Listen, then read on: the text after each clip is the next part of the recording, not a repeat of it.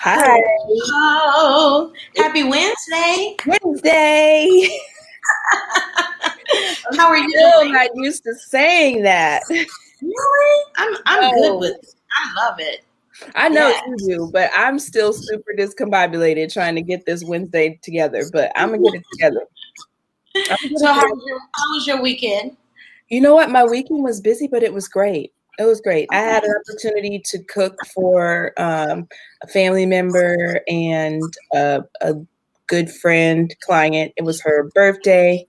And so they were super cautious, which I love. Mask, hand sanitizer, temperature, Great. all that. So I love that. And I was like, okay, I can do that kind of party. And then I had a little drop off situation somewhere else. But for the most part, that's really what I'm trying to do. If I don't really know you. Right. Make it easy. Drop it Oh, off. and then guess what I got this weekend? 3 Please tell me. my You what? box. I finally got my package that you sent me I 3 know. weeks ago. Oh my God. I love sending packages, but this one it about gave me a nervous breakdown because every day I would say, "Did you get your box? Did you get your box? I was like, Did you no. open it up?" So I'm very happy that you got your box. Did And you even vote? though my cookies Did were you stale, vote I also? haven't voted yet. We didn't have we Oh, the line was too long today because we had to get okay. back for this, so we didn't go. We'll probably go tomorrow. But Okay. even though my cookies were stale, I still ate them. Oh my God. Were they good though? Yes, I had a little red wine with it, and that was fine. You will be getting another package very soon. Quite a So, few people. There's going to be 25 boxes going out within the next five weeks. Just yay, I'm excited. professional. So yes, I'm excited about it too. So otherwise, how have you been? I'm good. Are I you am guys good. getting that crazy weather down there? It's hot. Oh, It's just yeah. It'll go from hot to humid hot, and then mhm. back to hot to humid hot. So that's what.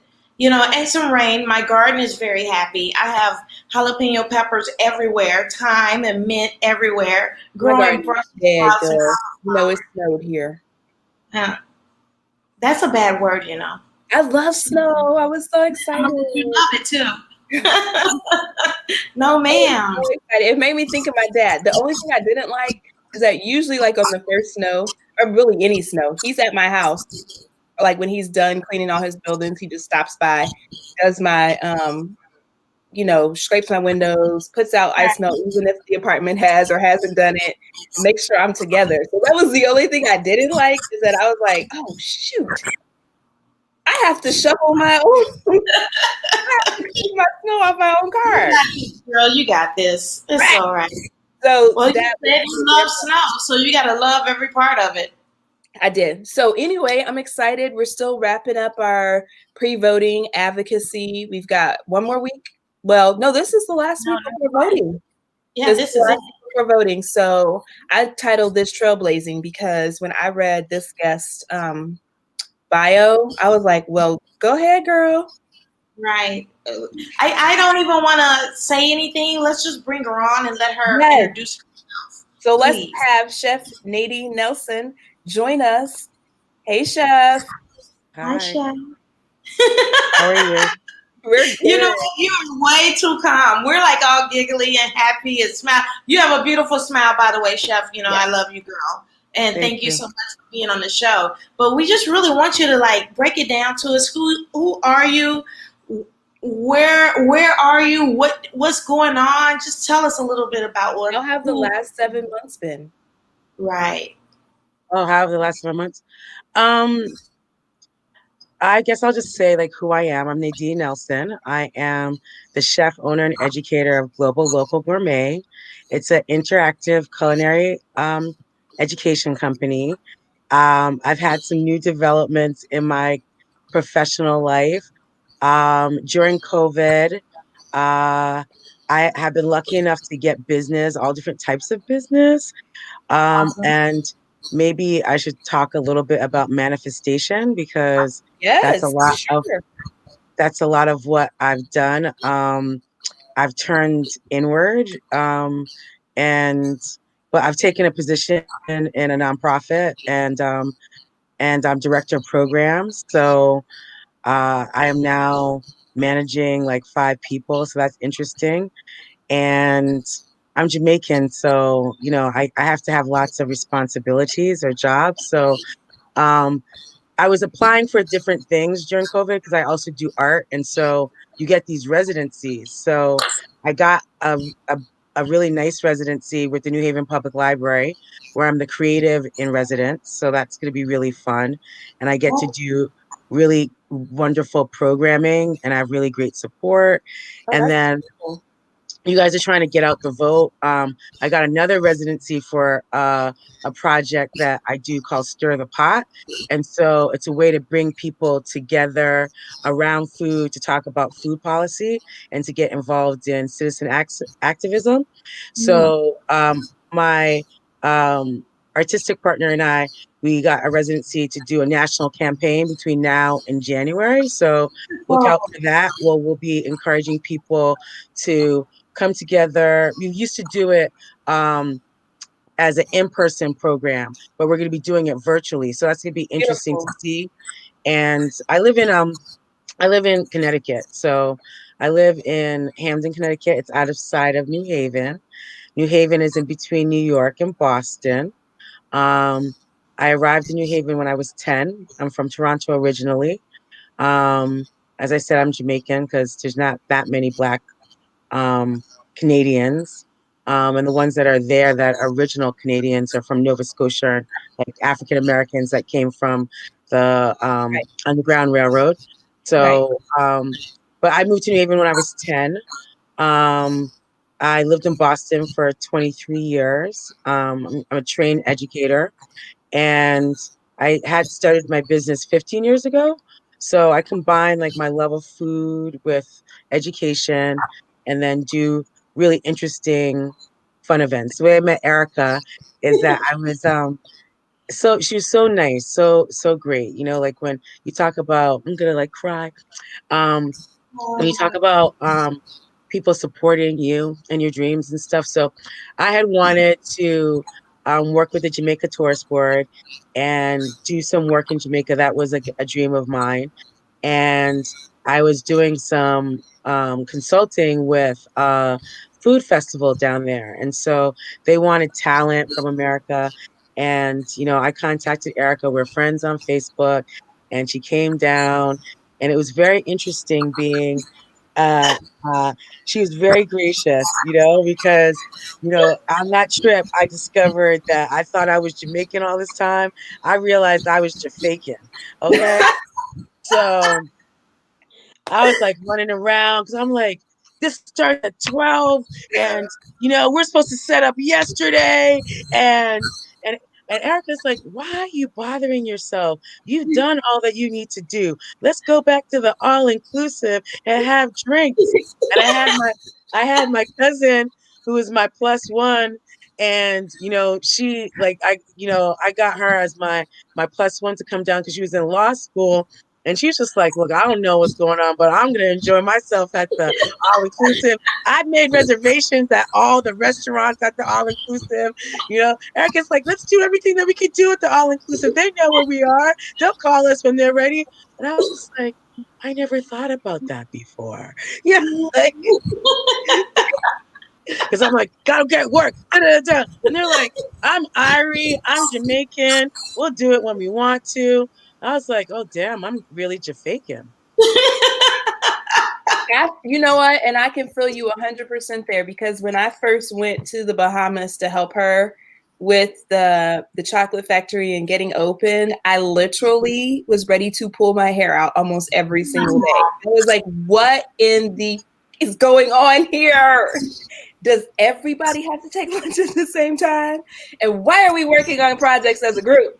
You can't do that by yourself. Somebody else can do something else.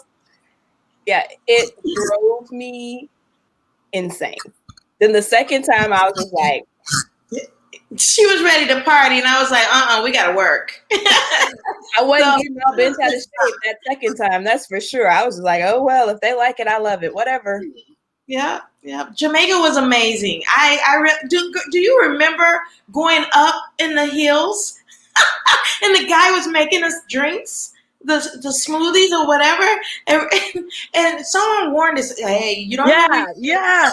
We went to this we went to this place called so we're at the hotel, and then all inclusives in Jamaica, they kind of sometimes, don't encourage you to go, off the property. And so, I'm Jamaican. I've been going to Jamaica my whole life, and I know how to travel, and like I'm an adventurer and stuff like that, and even though I don't have a Jamaican accent, I can like, roll and be fine. And so we're like, oh, we're itching to like she wanted Jamaican breakfast, like a real authentic Jamaican breakfast. So we're climbing over like fences next door, and they're like, you can't go next door. And we're like, what do you mean we can't go next door? We're free. We can go wherever we want.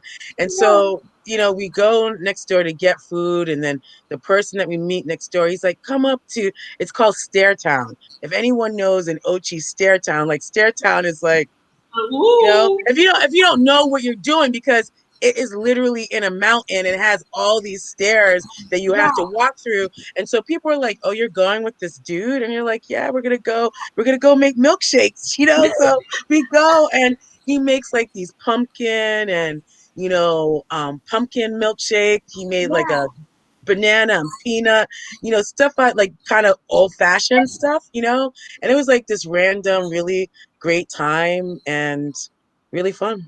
It was fun. That It was such a sounds great. amazing. When the world opens back up, yeah, we don't like to say normal here because Right. it's not going back to normal. Yeah. And there is no new normal because we're not gonna like put lipstick on the pig that was our food industry prior to COVID and call it something new. So when I say the world opens back up, I definitely want to go to the Stair Town. I'm like gonna go everywhere. Like I am gonna be going everywhere. Driving, flying, swimming, I don't care. I'm gonna be going everywhere. I've Well, been you're welcome to come to and Erica, of course you are too. We went to Ochi, and my family's from Port Antonio, and so Port Antonio is a seaside town on the northeast coast, and it's where jerk came from. It's where, the Blue Mountains, where they have Blue Mountain coffee. mm, It's like very agricultural and very lush. It's very pretty. And so we have um a family house by the beach, so you can come and hang out and have a really good time.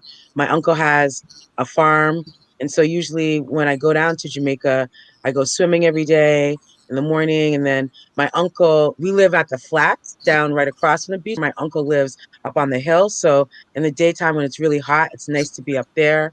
And he has a farm, and he gives me food every day to, go to, cook, like, and my cousins are like, why do you want to cook on the coal stove? And you're like, what do I have to do? I have nothing to do. So I want to cook on the coal stove. It's like, people bring me lobsters and fish, and and they're like really Also, homesteader. explain because there's some people who don't know what a cold stove is. Oh, okay.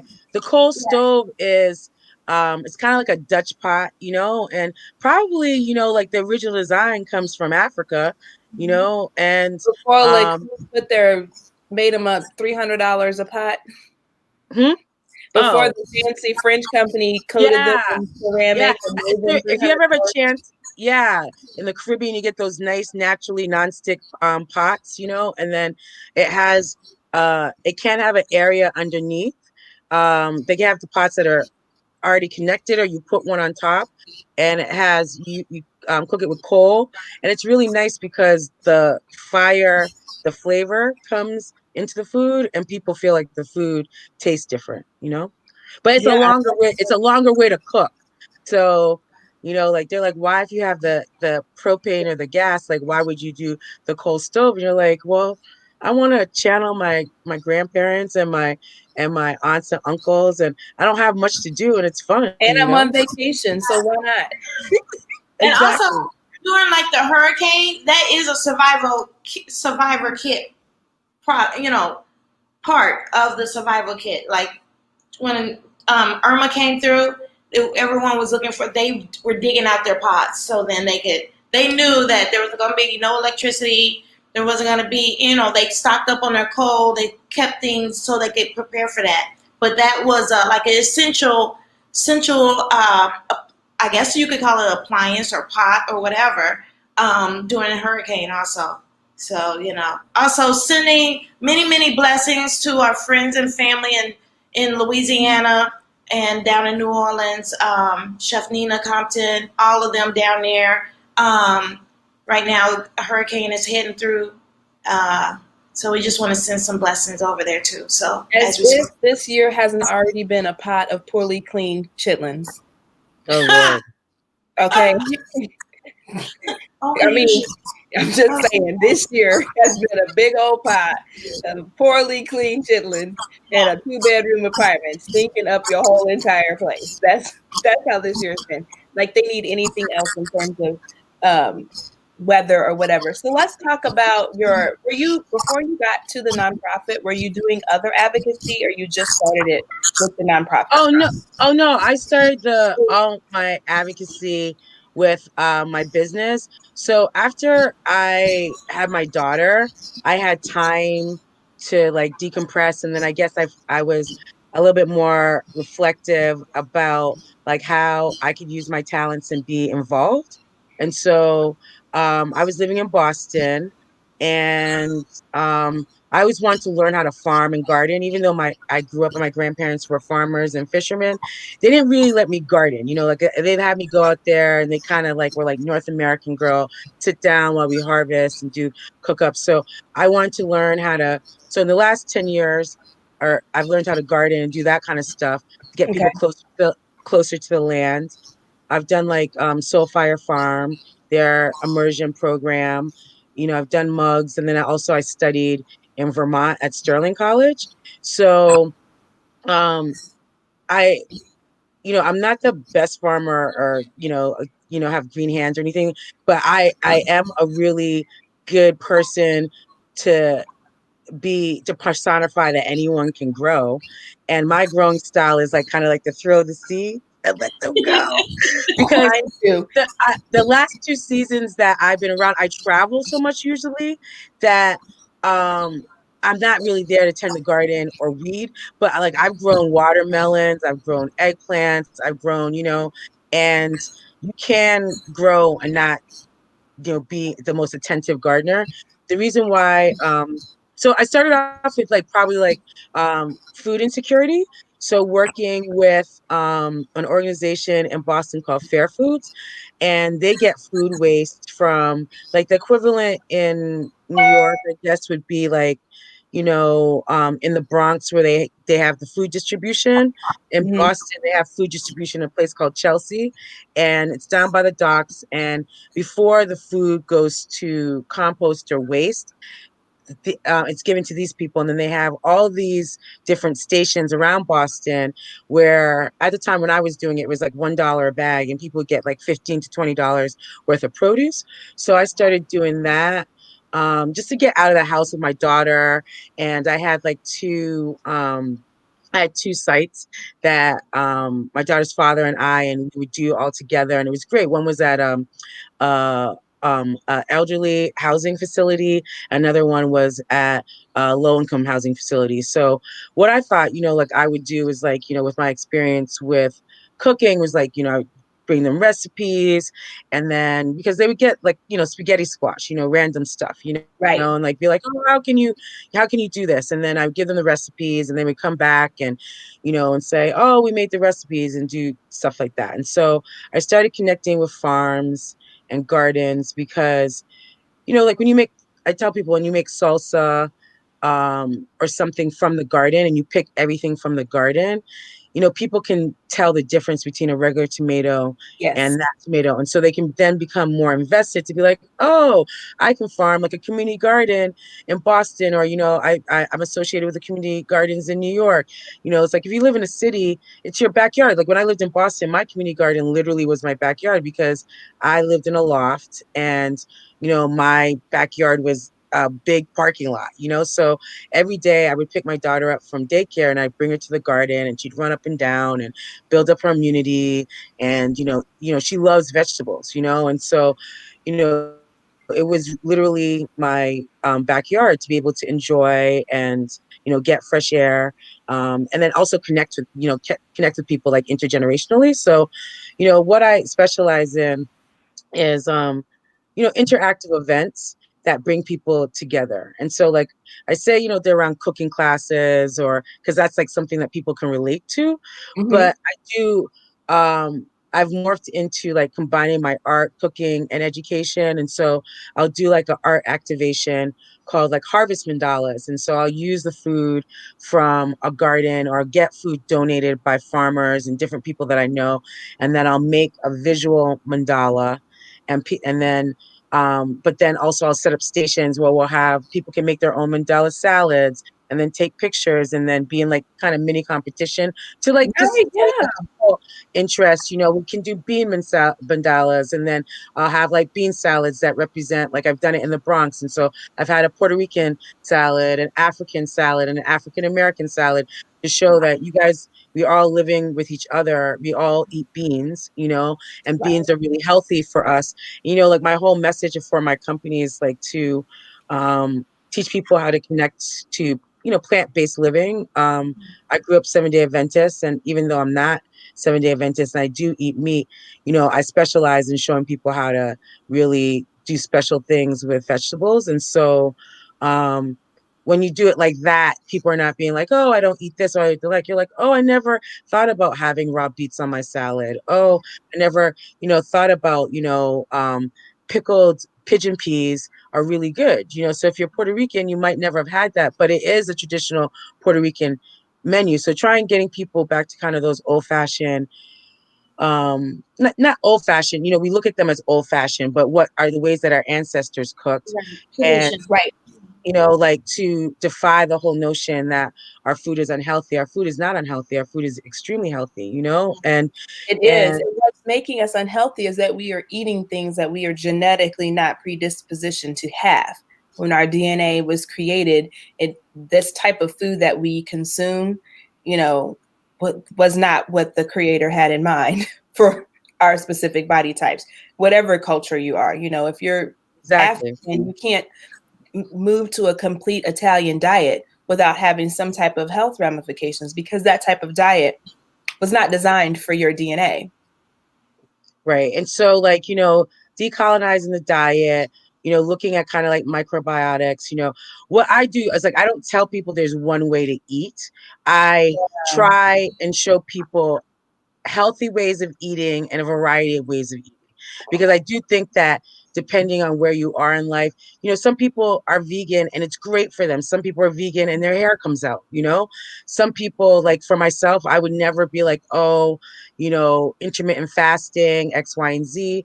But for me, at this point in my life, I'm 50, intermittent fasting is great, and it is the way that our elders, or people who live to over 100 years old, most of them do, have done fasting of some kind.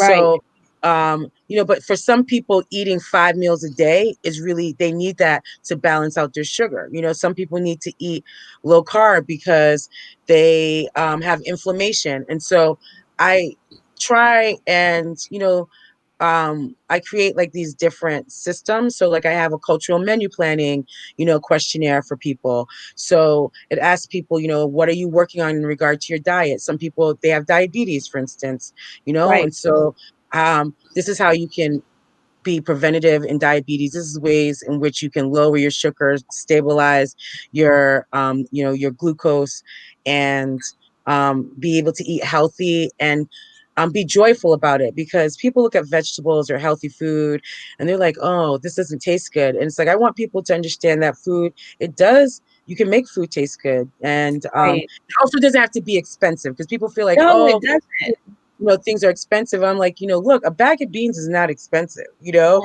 Um, But before you go too far down on taste, that's something that I learned in culinary school. Like growing up, I just thought that I didn't like this or I didn't like that or whatever. And then once I went to school and learned how to properly prepare things and different cooking techniques, it was like, oh, okay, I actually love Brussels sprouts. I don't like frozen boiled Brussels sprouts. Exactly, exactly. And, and then parents are like, well, how do you get my kid to eat broccoli?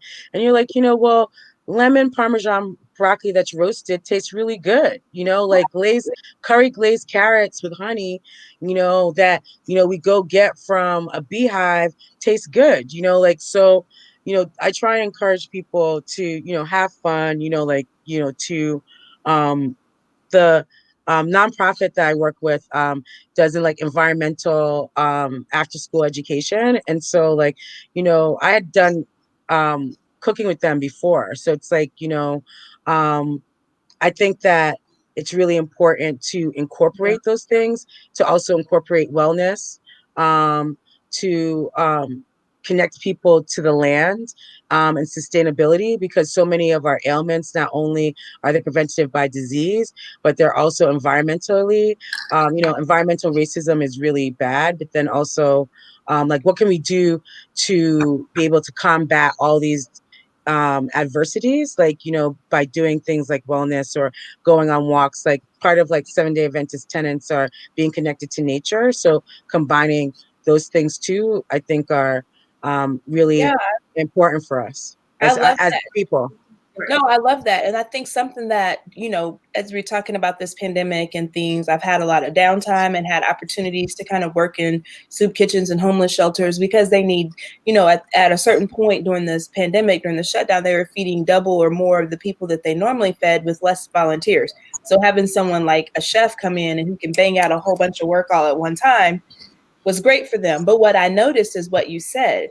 I was like, ooh, this food that we're giving is not all that good. Like we could be doing better. And so I feel like that's like a pet project now that I'm taking on, is just trying to help educate even some of the people who are providing food. Like these guests are relying on you for their main meal or two meals of the day. They've got to be nutrient dense And because high vibrational. That's why, like I say, like high vibrational, like, when you're in circumstances like that, in Connecticut, we're just like, we do it when they need it. We don't do it regularly, like, but we go to like Yale and the different colleges and we get food.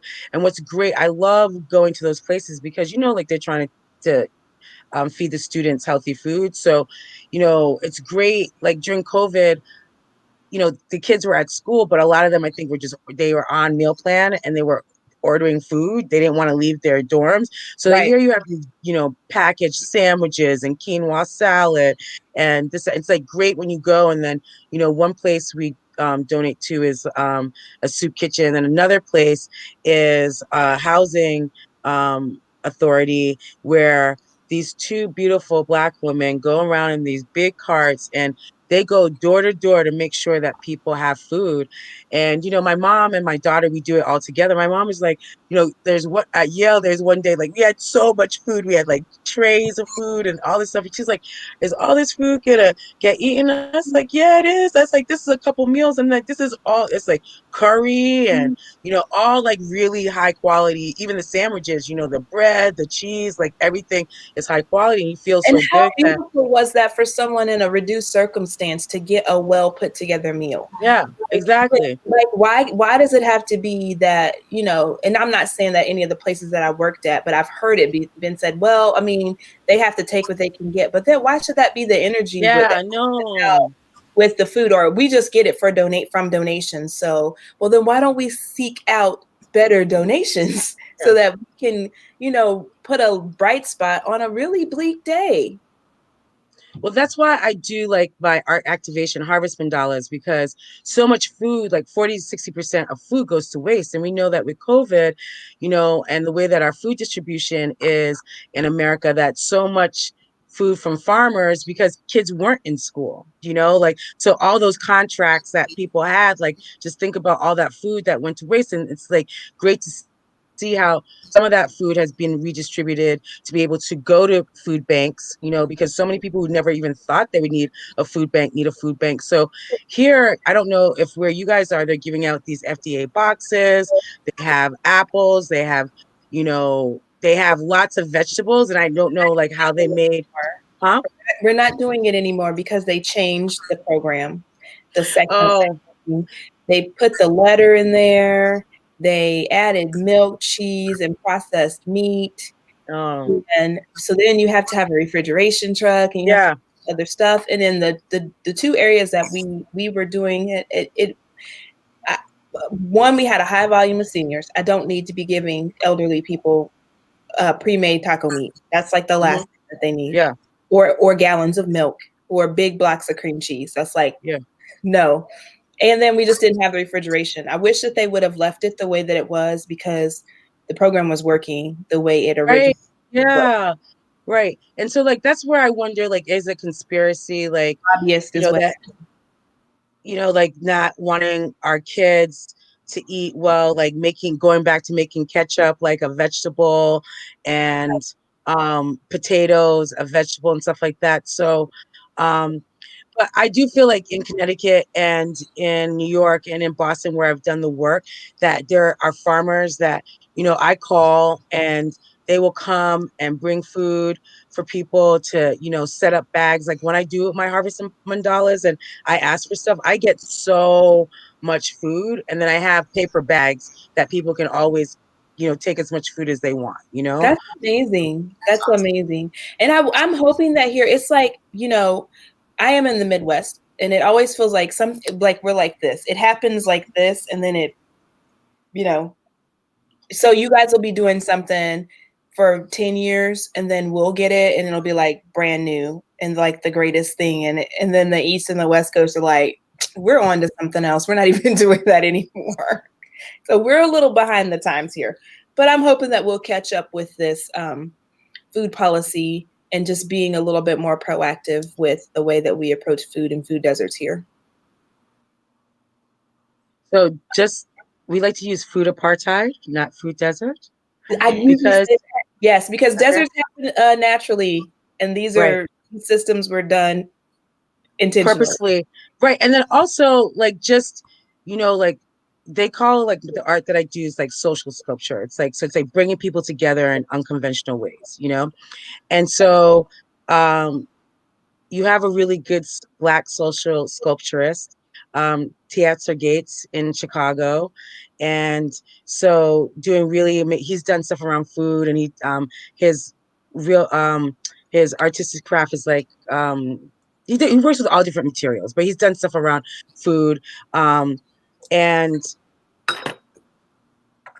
I think that with social sculpture, you can bring people together, and in a way that food policy, all these different issues, to try and create solutions, and so the whole idea um is trying to make people feel like, oh, like with the stir the pot that's coming up, like after the election, one of the questions, like to get the residency, because it's a two-part program now, like where we're in January. I don't, you guys probably know Julia Turshen and her book, Feed the Resistance. So this program is based on that book. And so, Tunde Way has essays in there, Shakira Smiley, Davida Davidson. And so it's really short book, and it's a great book that it's a 6-week program that I developed, that you meet over food, learning how to make a particular dish, something with your hands like dumplings or spring rolls, or, collard green wraps or something like that. And then you have a speaker, and then you read the essay, and then you talk about what are you as a citizen going to do? Because I think everyone in America, I don't know who people are waiting to save them, but we have to save ourselves, because the government isn't going to save us. And so, As you can see, they left these people high and dry, and they're like, okay, we got our Supreme Court justice. See you. Bye.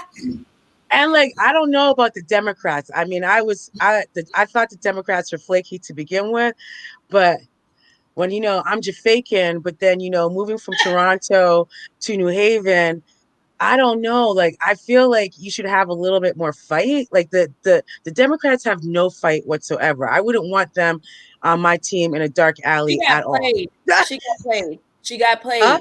She got played. Nancy, if I were Nancy, I'd be like, no budget, no stimulus, motherfucker, no budget. shut this government down. But no, Nancy went ahead and let them pass their budget so they could continue on with their government spending, knowing good and hell well they were not negotiating in good faith.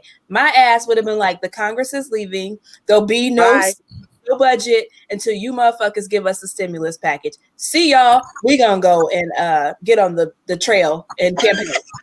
Bye. Call us when y'all ready to pass this bill. I was so mad. I was Period. so mad. Like, and this hoe gets on TV Monday talking about, well, I'm very optimistic. Bitch, why? He about to have this hearing and go home. He done told him he was going home. He said he was going home last week. He said he was going home this morning. And he said he was going home the week before that. Why are you optimistic? Are you deaf? The man said he wasn't going to put it to the floor. I'm like, have you guys watched The Spook That Sat by the Door? Do you have any strategy? Are you guys, they're not even playing checkers. They're playing like throw rocks. They're like throw pebbles. You know, like, okay. It's like, they're not even like a swing shot. They're like a piece of sand. Okay. Yeah, I was real mad. I had to turn her press conference off on Monday because I was like, you obviously don't listen. I don't even know why you're meeting with Steve Mnuchin for shits and giggles because y'all ain't passing nothing. He wasting your airtime. Might as well get your behind on a plane and leave too and go ahead and campaign because they're trying to replace your behind. Or Maxine. Go campaign for Maxine so she don't lose her seat. Right. Yeah, I was a little disappointed. And she kept saying, we really can't tell, Shanita. We can't tell. Well, because it's what Nadine. No, I do understand. 54 million people who are food insecure. 11 million of the 54 is newly food insecure. That's the middle class. That 11 million is middle class people who have never had to even go. They were dropping their donations off at the food bank. And now they're trying to navigate a system. These people and they keep talking about, oh, we have all these jobs. What jobs? What jobs? Because here the movie theater just closed. Like all these big places have closed and let down hotels, airlines. Like restaurants. What are you talking about? I don't understand what number. I'm like, am I in the Twilight Zone? Or am I reading from another book? Because I don't understand where y'all are getting this data. Like, what are y'all talking about? So I just felt like, they really let the airline workers down. They really let down the small independent restaurants. Here we've had this in the last week and a half, 3 big name local restaurants close. And that's just the start. We already had 50 some odd regular restaurants not opened as a result of COVID. And so now we're looking at, I don't know. I don't know what the next few months are going to be, but when I'm having conversations with people, I'm like, you guys, we're just going to have to really get it together for the weekend. And we're doing the meals, but we're getting more requests for meals than what we have financing and funding to do at this point. Every week, somebody's like, well, can we do 200 or can you do 1,000? It's like, I mean, I'd love to be able to, but I don't know. Pretty much everyone here in Florida, it's a little bit different. As I say every week, we're a Republican state, not I, but at the same time, I work in a county that's full Trump. You don't hear a lot about meal prep, as in, food donations. You hear a church, a pop-up, every other weekend there's a church giving food boxes, filled with fresh fruit and this and that and fresh vegetables. But you don't hear like, okay, I'm doing like everyone else that we've talked to over the last, 13 shows, that they're doing all these meals, 1,000 meals a day. You don't hear that here. Not here in Jacksonville. If people are out here starving, we would know it. We don't hear it at all. We don't. The chefs here, they don't collab like that. Mm-hmm. Everyone here is pretty much out for themselves. And like Duval County, I live here. They just extended the mask for another month. But where I work in Clay County, you don't wear a mask. And that's like 2 miles in between. Um, and everyone here, what I'm getting to a point is, everyone here is saying, oh, well, we can't wait for Tuesday. Then we can make a decision what we're going to do, how we're going to move forward. And it's all about the election here. It's all about what is going to happen after Tuesday. And what happens on Tuesday night, we won't have all the full results because, with all the mail-in votes, because some states, they start counting the mail-in ballots on Tuesday. Right. Right. So, that is it's disheartening. It's a little bit scary. I can't lock myself up in my house and just be still. I still have to go to work on a daily basis. Supposedly, coffee is essential. Baking is essential, and people want this stuff. Well, because where I work, they don't care about anybody else's health. They're very disrespectful. So. It's very enlightening every time that we do this show, that I get to hear from all these other states of what people are doing, how they're helping the community. Because here in Florida, they don't give a fuck. Well, I think that I don't know. It's like I vacillate in the sense of, like, sometimes you need organizers. So I wouldn't normally call myself an organizer, but I am a community organizer. I'm a community connector and community collaborator, and I think that oftentimes, chefs are overworked, underpaid. Farmers are overworked to underpaid, food people, but I think that, like how I appeal to people, I'm like, you guys are throwing the stuff away in the garbage anyway. You're throwing it in the garbage, you're throwing it in the compound, so it's like, what is it to you to give it to me? What is it to you to give it to me? And then I go to people that I know are going to say yes. And then I've also gone, like in Boston, where I have white farmer friends that they have facilitated other chefs knowing me by saying, Nadine is great, her programs, because there's just people that in New York or New Haven or in Boston, I'm doing a community program. I can just call them and be like, yo, I need X, Y, and Z. They're like, where do you want us to drop it? I don't even have to go pick it up because they know like it's like a lot of stuff. They're like, where do you want us to drop it? Okay, I can do it X, Y, and Z. And they just drop the stuff, because it's like, it's already going. I always say to people, I don't want to take away from people who need it. Absolutely. So to go to the food bank or whatever, and I don't want to take away, from you making money. So if you can sell your stuff, then that's great. But what's crazy is like, I can go to the end of a farmer's market at Union Square, and I've done, Harvest Mandalas, where I've gotten all the food for fundraiser for an art institution at Union Square at the end of the day. And I've gone one day to meet the farmers, give them a letter because they don't know me, and like with the nonprofit stuff and this, that, the other, and they don't even care, like in the sense of like, we're gonna throw it away anyway, and then gone back to get the food and like had way too much food that I always end up with way too much food and I always give it away. I always make sure I have a contingency plan and stuff like that, so it never goes to waste. But I think that, sometimes people don't realize, like when you're living in scarcity and your life is, because it's not easy to be a chef. Yeah, exactly. To be a chef, to be a farmer, like, so there's so much pressure on farmers, and that you have farmers that, do permaculture and are very, progressive. But then you have farmers that, here I was doing, some consulting on a documentary about protopia. Never heard about protopia before. Utopia, dystopia. Protopia is just like making the world better as we are right now. Like, what can we do to make the world better? And so I just threw the concept out there with some, avant-garde, like out there pictures from urban gardening, like what does the future look like, future of gardening, and I specialize in urban gardening. I don't specialize in, big factory farming, so I put, I'm in these different groups and I'm trying to, ask, different people who are leaders. So what do you think about a protopia? It's open-ended, this, that, the other. You think that I was talking about the closing of big farms? Like, these people attacked me, and then I was, they were so rude. I was like, do you feel better?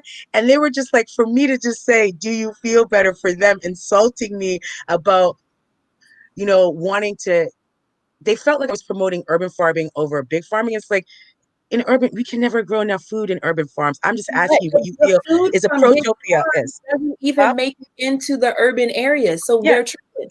You're And talking about like here in our two largest zip codes that would be what they traditionally would consider food deserts. We're talking about two traditional grocery stores. Two traditional grocery stores. Like, come on, you guys. Now, what if we had a series of urban farms and living parks all in these areas where these families can go and get produce? We're not replacing a grocery store. I can't sell ground beef there, yeah. but at least I can give them carrots and onions and potatoes and sweet potato and watermelon and, salad, things like that. So I don't understand. And making it, and the reason I didn't say about the opposite of like food desert, I like to use the word food oasis, because no matter where we live, like I grew up in a neighborhood that is vulnerable, or I don't lower socioeconomic, whatever the term you want to use, and classified as a food desert, but people on my street were growing food. They were going fishing. They have fish fries. They had their own in their churches, their own food pantries. So food desert doesn't acknowledge these things that people are doing. No, there is not a big box store, but even when you have a big box store, it's not proven that people will eat the vegetables there. So that's why I do the food education, because if you get a delicata squash or a quinoa and you don't know how to do it, you're just going to throw it away. But then show you how to make, quinoa salad that I make with like mango and these different flavors. You're just like, I never knew that I would love quinoa. And you're like, delicata squash is just like calabaza squash. Like my mom introducing her to delicata squash, being Jamaican, she's like, I don't have to peel this. This tastes so good.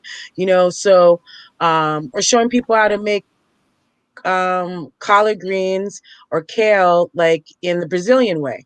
It's like, yeah, I love them stewed and everything like that, but the Brazilian way is fast, and it's another way that you can incorporate, a different dish into your, meal repertoire. So I Yeah, think that, that's why I push the education, because I feel like education doesn't get any play, and it doesn't get play because once you're educated, then you change your buying power, and you change the way, like you're enlightened. So instead of going to a fast food restaurant and feeling like, okay, I'm going to eat off the dollar menu, you can use that dollar to buy 50 cents of beans and have some brown rice and have food for 4 people, as opposed to just one person. right.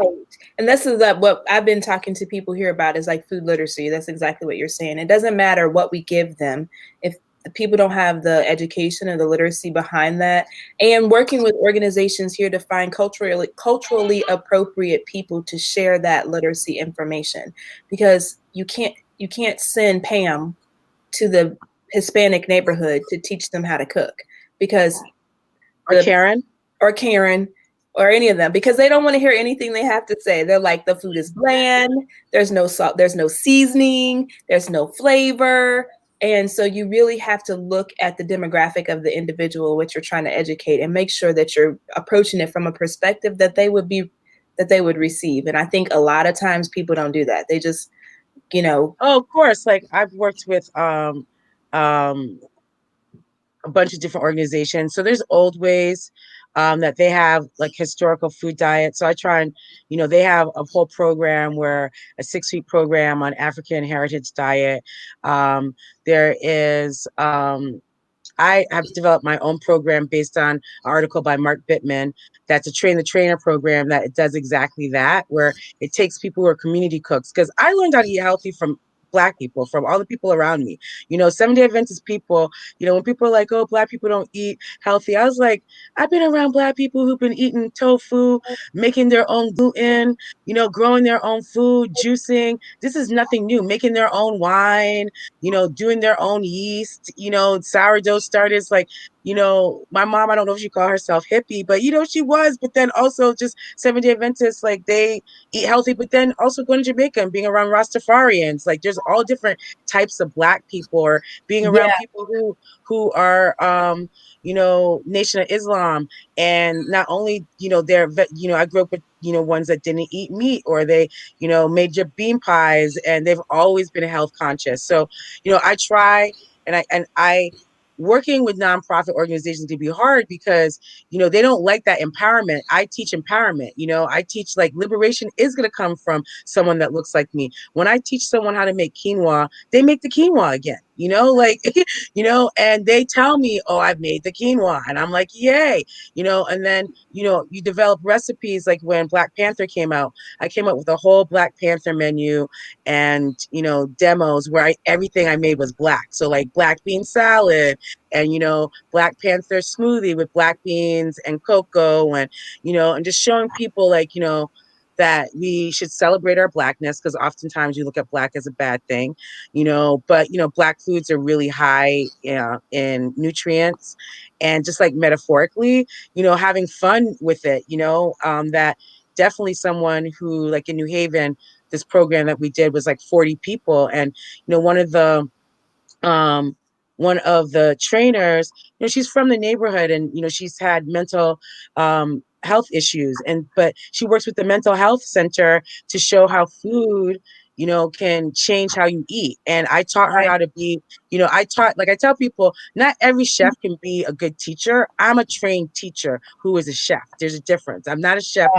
teacher. I'm a trained teacher that is a chef. So I train people how it's like you have good knowledge, but this is how people, what you're saying, like meet people where they're at, affirm them, affirm their culture, affirm their foods, understanding, this is what's in a Latino pantry. I might not know everything about Latino food, but I know a awful lot. And then Right. when I do know, and I speak in my broken Spanish, that they appreciate, because they see like, oh, I'm trying, like, no, I don't, Spanish is not my first language, I didn't learn Spanish. I learned French, but I do know, conversational Spanish from working in kitchens, and I try, and they appreciate it, and they appreciate that I know their foods and their spices, and that I appreciate them. And I talk about, making them. I have lots of different people in my family. I've learned how to cook from a lot of different people, but I think it's really important to Cooking Matters, as I say, like I was one of the only chefs on Cooking Matters. Like I probably like my recipe is probably one of the only recipes by a Black chef. And like the reason why I stayed with Cooking Matters in that whole process for a bunch of years is because I saw that only white chefs were doing it, and the populations that they were servicing are people of color. And so in doing, they also have a 6-week program of teaching people how to eat healthy, and it's national, and Billy Shore and all that kind of stuff. It gets a lot of money and a lot of pay, and I think it's a really good program, but it isn't. The recipes aren't culturally relevant. So if I am, I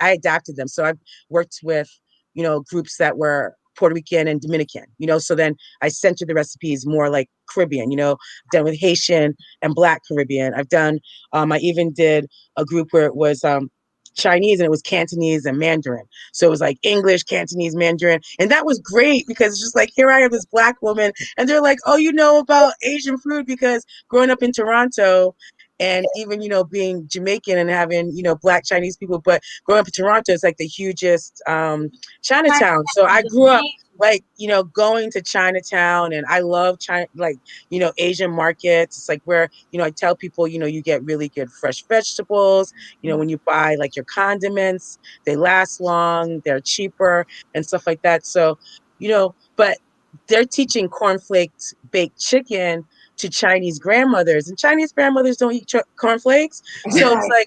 like, so like, I'm like, you need to, do a recipe Right. that they're going to do, so Right. it's like, It's like doing the like Heart Association. The Heart Association has a soul food, heart healthy cookbook.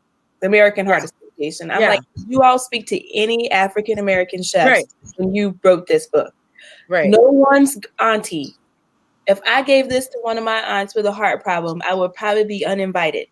Right. of eating activity, period, because she would be like, I don't know what this is, but I'm not eating any of it. And yeah, so I agree with what you're saying. Some of these organizations need to go back, and while the thought was good, they've got to go back and revisit the actual execution, and really make them more culturally relevant. If you're going to make a heart healthy soul food cooking book, you should consult African American chefs if that's the demographic. Well, So, that's too much like right. So pardon? I said there's too much like right Yeah. when they're consulting us for our own community. It's Yeah. That's too much like right. But you're going down the right journey and the right trail, as into reaching out to the right, the different cultures, and trying to associate with them so that they can feel comfortable with the right products, and right, just to be more healthy, but in their own way with their own traditions, which is really good. I have a question for you, and we're coming down to our 5 minutes. This went really quick. I know. Yeah, it went super fast. But I have a question for you. Where For people that are listening, and we'll see this later on throughout the week, Stranita has it on YouTube. She has it on all of her channels, Facebook, wherever. If someone wanted to get in touch with you, where can they find you? Also, if they wanted, I have my biggest question has been in my head ever since you started talking. Are you doing any kind of videos that maybe you have this box and you have all your quinoa, your different kind of squashes and all these kind of things, and doing like a little video and saying, hey, check me out on YouTube, and I'm going to show you some kind of dishes that could go with this or that. Are you doing anything like that in the near future? Well, like you can contact me through Global Local Gourmet, and I saw on the bottom there, like, through Facebook, Instagram, Global Local Gourmet, and then Global Local Gourmet .com is my website. And this summer I did, I don't usually like doing video. I'm just trying to lean in, because I know you, I can say yes. But, like people are like, oh, you should do videos and this, that, the other. And so I have a friend that produced like the Boston Jerk Festival. So I did a whole bunch of videos for her that, she paid me to produce. And that was really fun. And with the whole creative in residence with the New Haven Public Library, the stuff is going to be on Zoom. So like November 14th, that Saturday, I'm doing a cooking class on holiday sides, I think I called it. Probably within the new year, I'll do like there's a workshop that I do called How to Eat on the EBT budget, because I think that is really Awesome. necessary. Right. Um, and so I'll be doing more things like in conjunction with the projects I'm doing with video. Okay. I don't like putting myself out there a lot, but I understand that, now like with COVID, that's all you can do. So it's like you can't do a lot of stuff in person. So whether I like it or not, then I have to do it. And so it just becomes more about like it's about the education for me. Like I like connecting with people, but I don't really like people knowing who I am. Do you know what I'm saying? Like I'm shy. People don't think that I'm shy, but I am shy. I want to be anonymous sometimes, like, but I love teaching people, I'm passionate about food and people like that. And I love sharing that. And I love inspiring people to start a garden, to, like as creative in residence, I can be working with people like, what people should know is that every Wednesday I'm doing a thing called co-create, where I'm going to have an artist or creative where I'm creating something and they're creating something, and then 4 people can call in and get advice. So that will be really fun. And then because I know a whole bunch of different artists, so I'm like gathering up like the people that I'm going to be doing, and then so yeah, so I'll be, having like chefs, but then I'll have like photographers, and like I think I want my first person to be like my former student that is does comics, and so like I'm making my stuff, they're doing their stuff, and then seeing the process how you create and how creatives create, but then to ask those questions. And then on Tuesdays I have office hours that 4 people can sign up and call. It doesn't matter if you're from New Haven or not, they don't I'm care because signing up everything's next Tuesday. I have a whole lot of yeah. questions. Yeah, so like, because like I've done a lot of different things, and at least I can share that with people, like I've been part owner of a food truck, where we've raised $75,000 in 6 weeks. How do you do that? I have a certificate in fundraising. So a lot of people don't understand that I bring that the whole thing when you ask people for things, it's all about relationships. So it's like, Erica is like, I asked her to do something. She's like, sister friend, I'm going to support you. Of course, you're going to ask me to be on your show. I'm going to do it. Even if I don't want to do it, I'm going to show up and do it. So, everything is about relationship and,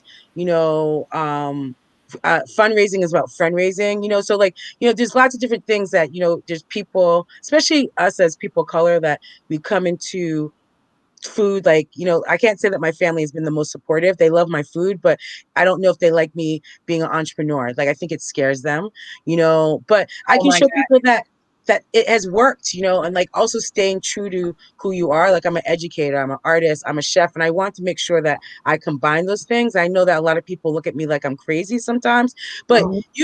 you can make money doing the things that you love and having an unconventional background. And that's what I prove on this food journey. And so I'm glad that I get to share that. The sessions are free. So I want people to, call in, we'll Zoom, whatever people want. And, however I can help people and direct people to Oh, resources, you I'd love to should do. have told me that. Listen, I'm signing up next Tuesday. What time? What time? What time is it? It's like, what time is it from? See how It's she want to act from like she don't know what time now. no, because we're starting next week. So it's just like, and Awesome. I have 4 jobs, so I have to look at my calendar for everything until Right. it becomes like it's a weekly thing. So till it becomes like, it's like, oh, Tuesday I got to do my office hours. I believe it's from uh 12 to 2. And all But it's this gonna is be on your I'm just website? Is all this, huh? Nadine, is it all this is on your website? I gotta update my website, but we're friends on Facebook. So I do my micro blogging, everything on Facebook and Instagram, Okay. and I have to, have someone update my website because I have too many things to do that. But Okay. most people go to Facebook and Facebook and Instagram Instagram. anyway. Yeah, Yeah. yeah. So yeah. Well, I just want to say thank you so much. Yes, this Oh, is. you're welcome. Thank you. You are a breath of fresh air. I Very wrote down notes. positive. I love your vibe. I've always loved your vibe. Um, and thank you for saying yes. Oh, thank you for asking me. I appreciate it. I You've can't. had some good people on here, so I'm honored. I Okay. can't wait for the day that we can do this in person. Oh, I know. I Yeah. know. The conversation Yeah. in person, 2021. Hopefully, it'll be like a panel, and we'll all be someplace amazing, and we'll be Oh, live. And Tales of a Cocktail in New Hey. Orleans. Oh, I was there with Bacardi last year. Oh, oh, that, like, let's do that.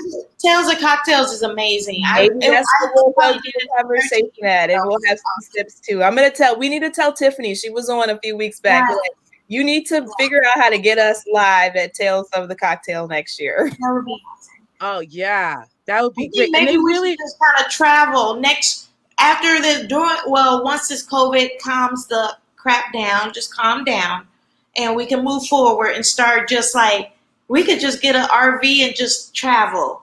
And that's each what week I'm we talking about. go, Could you we'll be imagine? And then somewhere different. And we have going to to, we're working on sponsorship. So that's okay, like a big thing right there for us. We need sponsorship. Maybe we could get an RV that is sponsored and we hit the road, Jack. And every going to week we farmers will be markets somewhere and else. cooking. you Yes. know going to so last year I had planned a really crazy tour to I love Ben Harper. I don't know if you guys know Ben Harper. Yeah, I He's love great. Ben Harper. I've met him 2 times and he's just as wonderful as you can imagine. I Yeah. always say that I want to be his last wife. Do you know I what I'm met saying? him once, and His I was last trying to be wife. like Huh? chill. I met him once at a fundraiser here, but I wasn't trying to be that girl. So I was just like, nice to meet you. Oh, you should know. I But met then him in inside, Paris. I was First day I was in Paris. And I mean, I'm a super fan. So I was just like, I'm not even like that. And I was just like, can I hug you? And he was with Laura Dern, his wife. And I was just like, and he's like, yeah. And I was like, oh, hi, Miss Dern, how are you?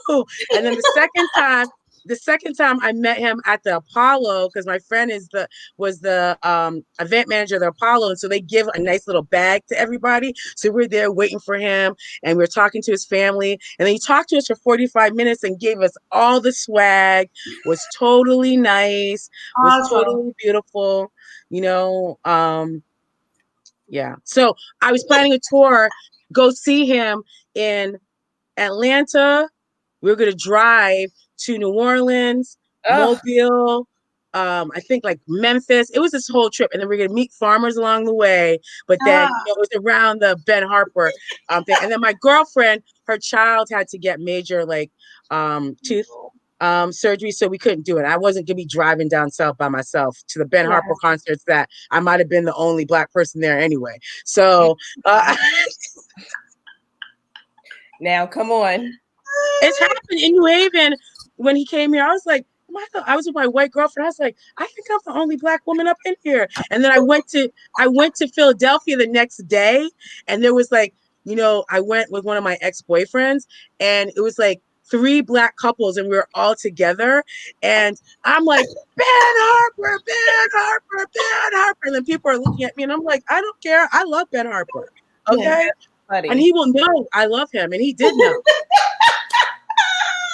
That's hilarious. Well, thank you so much for your time. I'm seriously going to connect with you because I'm working on some initiatives here. I just started a nonprofit at the beginning of the year in honor of my dad. And so I'll be calling you or Facebook. Okay, yeah. Yeah, of course. Yeah. Yeah, you can, Facebook Messenger, anything, like I'm up at all different random hours, you can we can kiki it up in the, in the inbox, direct message, Like, who's on? All right. Well, thank you, ladies. Thank Good you. luck. It's been another great week of the conversation. We will see you guys back next Wednesday, 6:30 p.m. Central, right here on Facebook or YouTube Live. Thank you, guys. Love See you. ya. Love you.